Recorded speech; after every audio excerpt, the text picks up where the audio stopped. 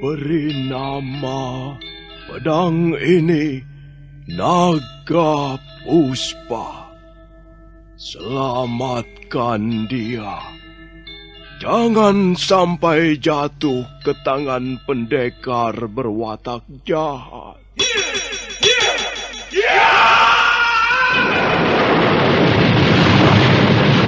Mesin. Maafkan aku, Mesin. Mesin. Mesin!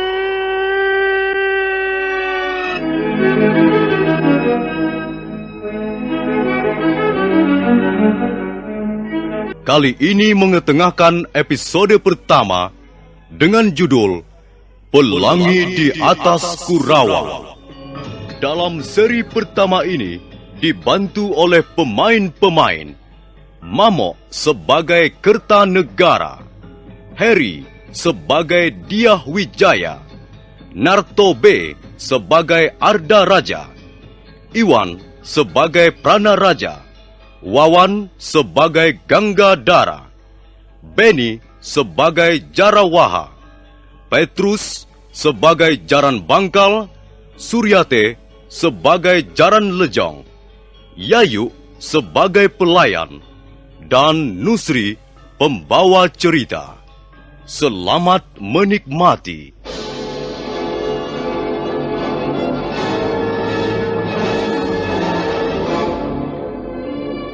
Pada tahun Saka 1206 atau 1284 Masehi, kekuasaan Raja Kertanegara mencapai puncaknya di Singasari. Pulau Bali berhasil ditundukkan. Demikian pula Kerajaan Gurun, Bakulapura, Pahang, Sunda dan Madura. Demikianlah Singasari atau Tumapel semakin mengembangkan sayap kekuasaannya di luar Pulau Jawa. Kertanegara masih belum merasa puas. Dia mulai melihat kemungkinan untuk menundukkan Swarna Bumi. Maka pada bulan Agustus 1286, pasukan Singasari berangkat ke negeri seberang untuk mengebut perang. Dan ternyata Swarna Bumi berhasil ditaklukkan. Raja Tribuana Raja Maulia Warmadewa menyerah.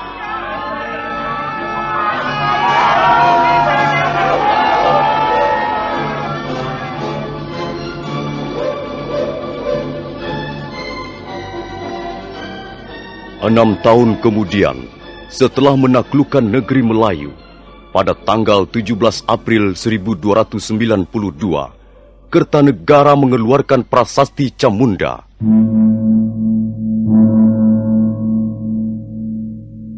Salam bahagia ya Sang Prabu. Salam bahagia wahai Sang Siwa Buddha. Terima kasih. Salam kalian kuterima dengan senang hati. Mudah-mudahan berkenan pula bagi para dewa yang bersemayam di atas langit.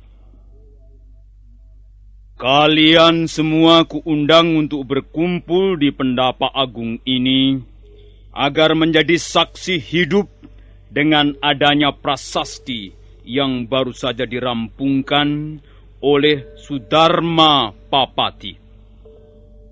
Kita semua mengerti, ada banyak yang bisa kita capai dengan gemilang tahun-tahun terakhir ini. Singasari bukan lagi sebuah tempurung yang mengapung di Muara Sugalu, melainkan telah berganti wajah menjadi sebuah armada kapal perang yang ditakuti negeri-negeri lain yang jauh. Arca Amoga Pasa yang kutanam di permukaan Swarna Bumi adalah bukti yang tak bisa disangkal, sekalipun oleh orang yang kurang berpengetahuan. Memang benar, Gusti. Apa yang telah diraih Singasari merupakan kebanggaan yang tak bisa dipungkiri. Nah, itu semua berkat jerih payahmu juga, Paman Lembusora. Juga jerih payah kalian, Ranggalawe, Nambi, Kebu Anabrang, menantuku Dyah Wijaya dan Arda Raja. Kau pun ikut berjasa, Paman Banyak Kapuk, Gajah Pagon, dan Rapodang. Semua ini adalah pekerjaan kita semua. Bukankah demikian? Benar, Sang Prabu. Nah, sekarang dengar. Pekerjaan yang baik sudah sepantasnya mendapat hadiah atau penghargaan. Sebaliknya, pekerjaan yang buruk yang sering dilakukan para pemalas dan sok pintar sudah seharusnya diberikan hukuman untuk peringatan bagi yang lain.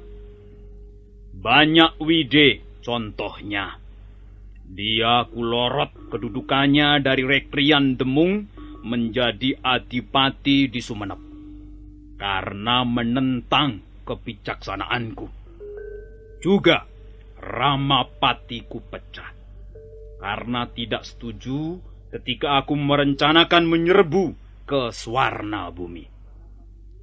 Itulah hukuman yang setimpal bagi para penentang, pembangkang, dan pengkhianat negeri Singasari. Menantuku, Yah Wijaya. Daulat Ayahanda Prabu. Dan kau juga, Arda Raja. Daulat Ayahanda Prabu. Dalam prasasti Camunda yang baru saja dirampungkan, tercantum keputusan Kertanegara sebagai raja yang syah di Singasari. Di atas lempengan batu ini, aku mengucapkan terima kasih yang besar atas jasa-jasa mereka yang telah membantu seluruh usahaku. Dan kepada mereka aku akan memberikan penghargaan yang layak, baik jasa yang besar maupun yang kecil. Semua akan mendapat imbalan dari pemerintah Singasari. Dan kalian berdua, Yah Wijaya dan Arda Raja, kutugaskan untuk mengatur dan mengawasi pelaksanaan pemberian penghargaan itu. Ingat, jangan sampai ada yang tercecer. Semua yang telah berjasa harus ikut menikmati hasilnya. Daulat Ayahanda Prabu, Ananda akan melaksanakan perintah sebaik-baiknya. Demikian pula Ananda akan menjunjung tinggi perintah Ayahanda Prabu. Nah, kalau begitu, pertemuan di Penaba Agung ini aku tutup sampai di sini. Dan tak lupa, kita panjatkan puji syukur pada para dewa yang telah memberi berkah pada kita semua. Salam bahagia ya Sang Prabu. Salam bahagia wahai Sang Siwa Muda.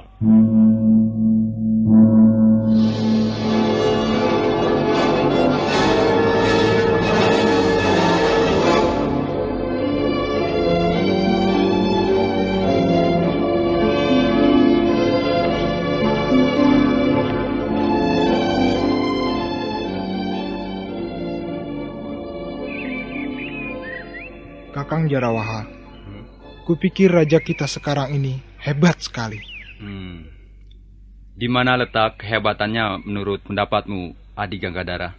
Ya, dia tegas dan tergolong seorang raja yang berani. Iya.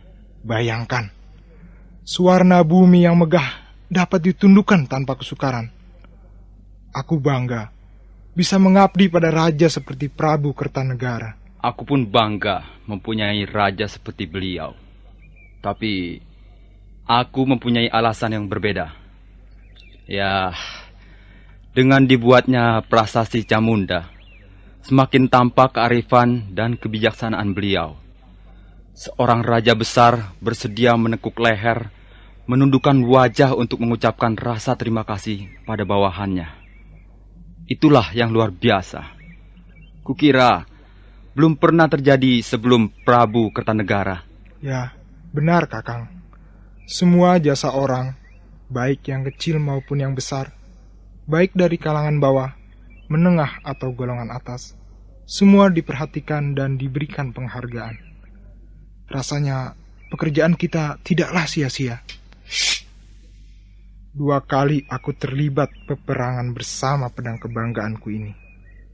Pertama, ketika menyerang Pulau Bali, dan kedua, ketika merebut ibu kota Suwarna Bumi. Dan sekarang pangkatmu naik menjadi perwira muda. Ya, dan Kakang Jarawaha menjadi perwira tinggi. Dan atasan kita, Tuan Pranaraja, naik pangkat menjadi... Kakang Jarawaha, bukankah itu Tuan Pranaraja? Iya. Pasti ada sesuatu yang penting. Tidak biasanya sepagi ini Tuan Pranaraja datang ke barak prajurit. Sarungkan pedangmu, Ganggadara. Negara Singasari aman, dan kita belum merencanakan perang lagi dengan negara lain. Oh iya, maaf Tuan. Tidak biasanya Tuan mengunjungi barak prajurit sepagi ini. Aku ada perlu dengan kalian berdua. Mari kujelaskan di dalam.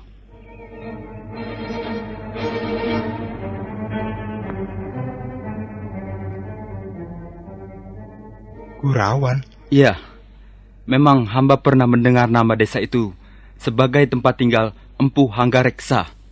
Kalau tidak salah, letaknya berdekatan dengan desa Jasunwungkal. Kalau kau sudah tahu letaknya, itu lebih bagus. Oh, jadi Empu Hanggareksa juga diundang ke istana? Tentu saja. Karena dia tergolong orang yang berjasa terhadap pemerintah Singasari. Hampir seluruh senjata milik perwira Singasari adalah buatan Empu itu. Benar, Tuan. Senjata yang ampuh memang ikut mempengaruhi semangat dan keyakinan seorang prajurit. Kalau begitu, kalian siapkan kuda dan perbekalan yang cukup untuk di perjalanan nanti.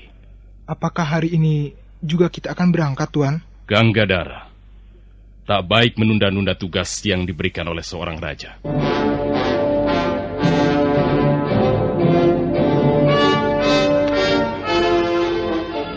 Matahari telah tinggi.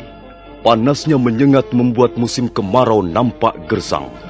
Seluruh kota Singasari bermandikan keringat. Mendadak, debu-debu jalan berterbangan, bercampur baur dengan daun-daun kering yang gugur ke bumi. Ketiga-tiga ekor kuda berlari bagaikan terbang.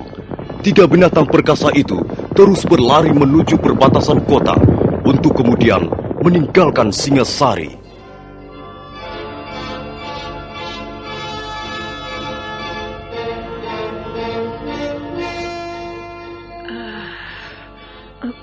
Maaf, sepertinya Tuan bertiga ini datang dari jauh. Apakah kau sama sekali tidak mengenal lencana keprajuritan? Kami adalah prajurit-prajurit Singasari. Yang sedang kau ajak bicara ini adalah Panglima Muda Tuanku Pranaraja. Kami mengemban tugas dari Sang Prabu Kertanegara. Oh, ampun Gusti. Hamba benar-benar tidak tahu. Hamba memang orang bodoh dan pantas dihukum. Sudahlah. Tak ada perlunya memberimu hukuman. Kami hanya mau menginap di rumah ini barang semalam. Masih adakah ruangan kosong? Masih Gusti, tapi tempatnya di belakang. Apa? Kau suruh kami tidur di ruangan belakang? Berani sekali kau merendahkan martabat kami. Ampun Gusti, bukan maksud hamba merendahkan martabat Gusti bertiga. Tapi rumah penginapan hamba ini tidak besar. Ya, hanya ada 7 ruangan dan di bagian depan sudah ditempati orang. Itu, di bawah pohon sawo itu ada 2 ruangan yang cukup nyaman. Kami tidur di situ saja. Oh, ampun Gusti, ruangan itu sudah ada yang menempati. Suruh saja mereka pindah ke belakang. Katakan bahwa kami membutuhkan ruangan itu untuk istirahat. Ampun Gusti, hamba tidak berani mengatakannya. Apakah orang-orang itu menurut kau keturunan dewa? Hingga kau pantas merasa takut? Kau pengecut. Biar aku yang akan bicara dengan orang itu. Mana dia? Apakah ada di sini? Ada Gusti. mereka ada di sini. Itu dia, itu Gusti yang duduk berdua di sudut ruangan itu.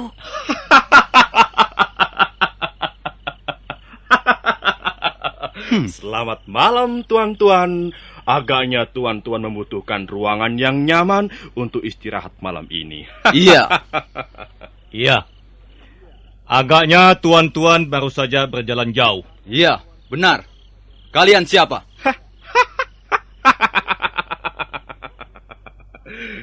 Kami ini orang lontang-lantung. Saya Jaran Bangkal. Dan adikku ini bernama Jaran Lejong. Kalau memang diperlukan, tuan-tuan bisa minta penjelasan lebih jauh pada pelayan itu tentang diri kami. Kami datang kemari hanya untuk menginap. Tidak mempunyai tujuan yang lain lagi. Bagaimana adik Jaran Lejong? Terserah Kakang saja. Baiklah. Kami tahu bahwa tuan-tuan adalah prajurit Singasari yang sudah sepantasnya dihormati. Karena itu, kami akan mengalah saja. Ambillah ruangan tidur kami yang di depan itu untuk istirahat. Terima kasih Tuan Jarang Bangkal. Ayo, adik Jaran Lejong. Kita pindahkan barang-barang kita ke ruangan belakang. Baik, Kakang.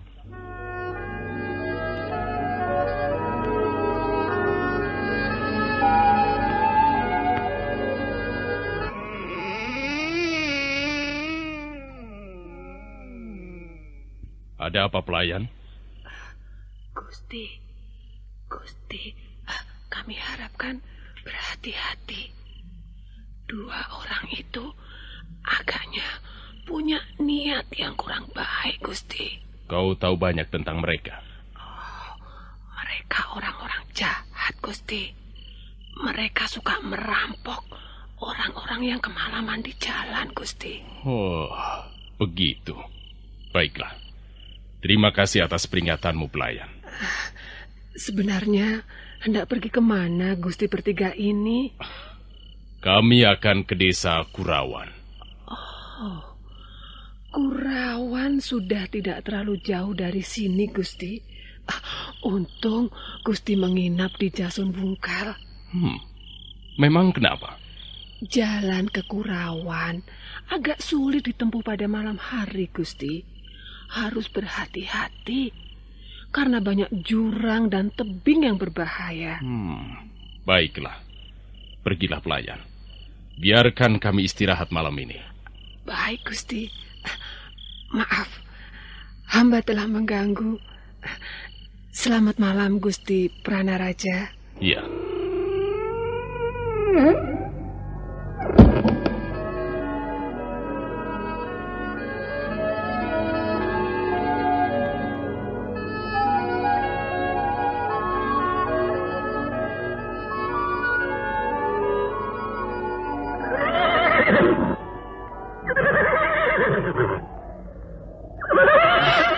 Mengapa berhenti, Tuan? Menurut keterangan pelayan rumah penginapan itu, setelah kita melewati 3 gugusan bukit di depan, barulah kita memasuki perbatasan desa Kurawan. Kalau begitu, kita jalan terus, Tuan. Mengapa berhenti di sini? Sebentar. Jalan yang harus kita tempuh semakin sempit dan berbahaya. Kita harus berhati-hati, Ganggadara. Oh, awas, Tuan! Ada pohon roboh!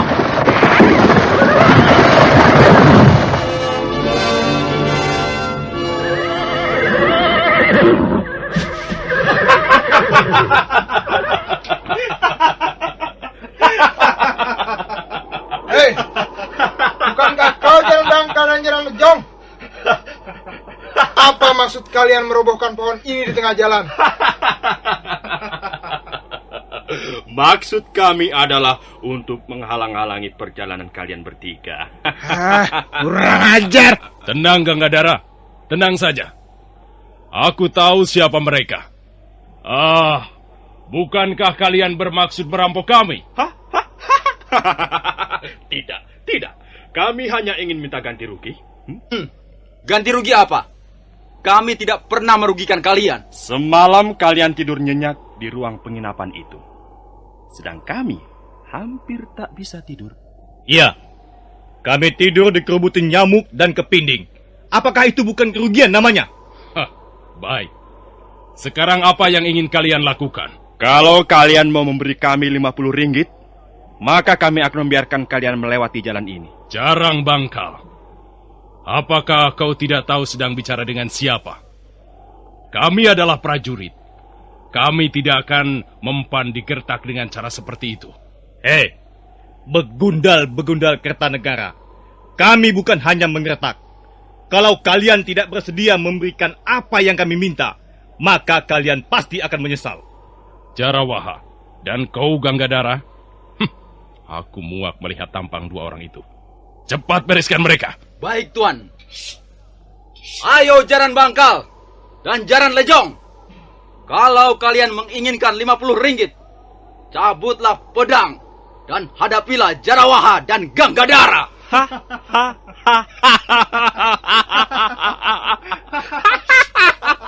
Bagus, bagus. Hah? Ayo, Adi Jaran Lejong. Kita orang lontang-lantung. Untuk apa gentar pada tikus-tikus piaraan Kertanegara?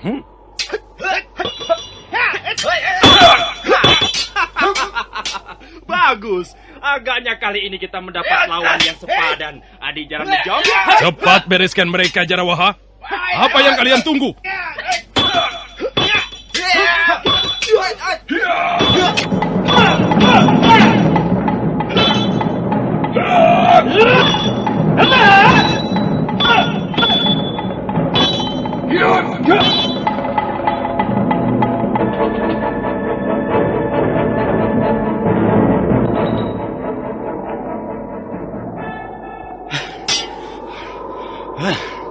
Bagaimana Jaran Bangkal dan Jaran Lejong?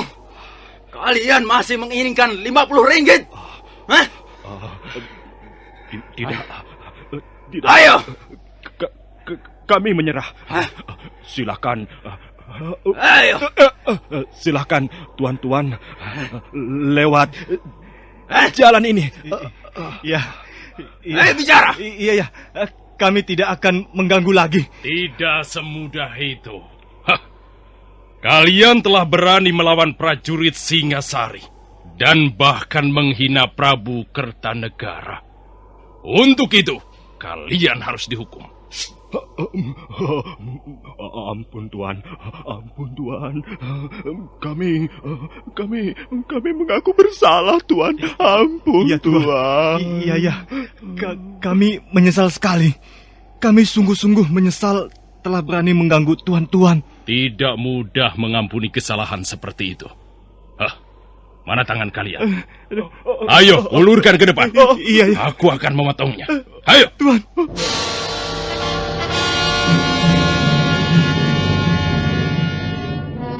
Walaupun Jaran Bangkal dan Jaran Lejong merintih sambil membentur-benturkan kepalanya di tanah tanda menyesal, tapi Prana Raja tidak menyarungkan kembali pedangnya. Bahkan dia melangkah dengan garang mendekati dua perampok malang itu. Nah, para pendengar sekalian, bagaimana kelanjutannya?